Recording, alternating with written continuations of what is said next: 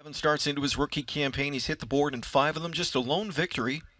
And we'll see if tonight the public is bang on with their assessment. He's the 3-1 choice. It's post time for the 5th from Mohawk.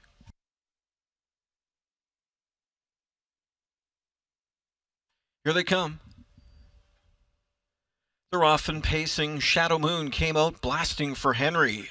Outside speed from Burning Midnight and from Hudson Phil. From the rail coming through, Taste of History, a 4-wide tussle going into the first turn. Speed from the outside of the gate as Hudson Phil charges to the top. Shadow Moon in the pocket spot, Burning Midnight up into third there for Wah.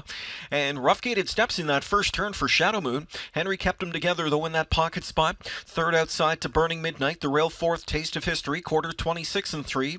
A cool drop for Western Passage into the 5-hole. And then Jimmy Freight behind him from in sixth. Seventh as they continue across the backstretch, St. Lad's Neptune. Further back, Declan Sealster, gap of 2 to Sports Legend. And last is Dancin' Doug.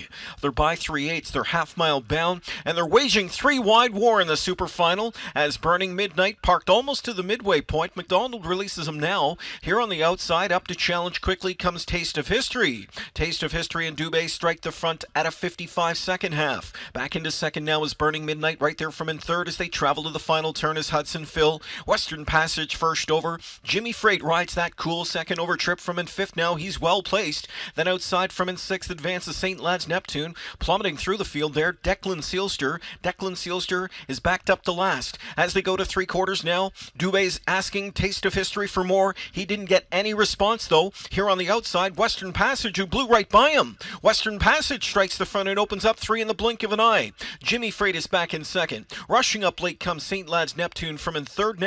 Onto the scene is Sports Legend, who drops inside. Western Passage, though, the one to catch as they come into the final eighth of the mile. Western Passage, Jimmy Freight goes into attack mode up the inside. Western Passage still there. Jimmy Freight is closing up the inside. Western Passage to win the super final by 3/4 of a length over Jimmy Freight and Sports Legend. Fourth best was St. Lad's Neptune in 151 and 3.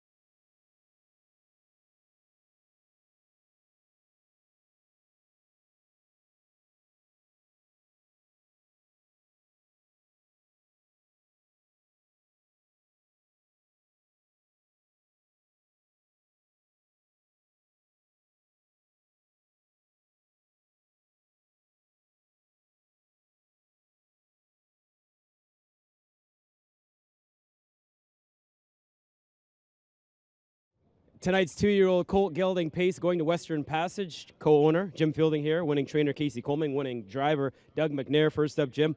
Obviously, quite the thrill. I know it's not the best night weather-wise, but it probably feels great regardless. Fantastic. We're just happy to be here. Great event, and Casey and Team Coleman done a great job. So we're happy to be here and enjoy this event. Nice way to wrap up the season for this guy. Yeah, he had some couple issues earlier, and now he's showing his true form. And for an owner like us, we're pretty pleased. Congratulations. Thank you. We'll bringing the winning trainer now, Casey, and I guess that last race in London was no fluke. A lot of people were saying, was it the track or was it him? I mean, obviously it was him. Yeah, let's say his first 2 golds, he finished second in both of them and raced great. And I made the bright idea that I thought he should have won them, and I decided he was being lazy and needed to geld him. And we actually almost lost the horse. He actually had to go in twice, and he had to get emergency surgery. It went wrong. He got a bad infection. It went really bad. But everything came together well, and that's why he had a gap in the schedule. And we were going to almost shut him down for the season. And I decided we'll give him a chance, keep going, and now he's bouncing back. Not a surprise I'm speaking with you. 2014 Reverend Hanover, 2015 Betting Line, both came back in their 3-year-old season to win OSS Gold once again. You've just got a niche with these babies.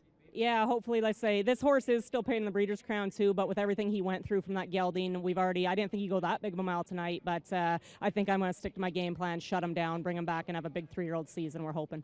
Congrats. Thank you. And finally, Mr. McNair. Now, Chad is, I guess, a little bit psychic because he said 7 wins, and now it is 7 gold wins for you. Take us through this mile. Yeah, you know, it didn't work out too bad for him. I drove him last week in London and come first up, and he was real game. So I figured if I could get first or second over with him, he'd be tough in the stretch. And when he gets on his own, sometimes he hesitates and just kind of waits for him a little bit. So I really didn't want to clear too early, but it worked out that way. Through the stretch, Jonathan Drury took a shot at you with Jimmy Freight. Were you concerned at all?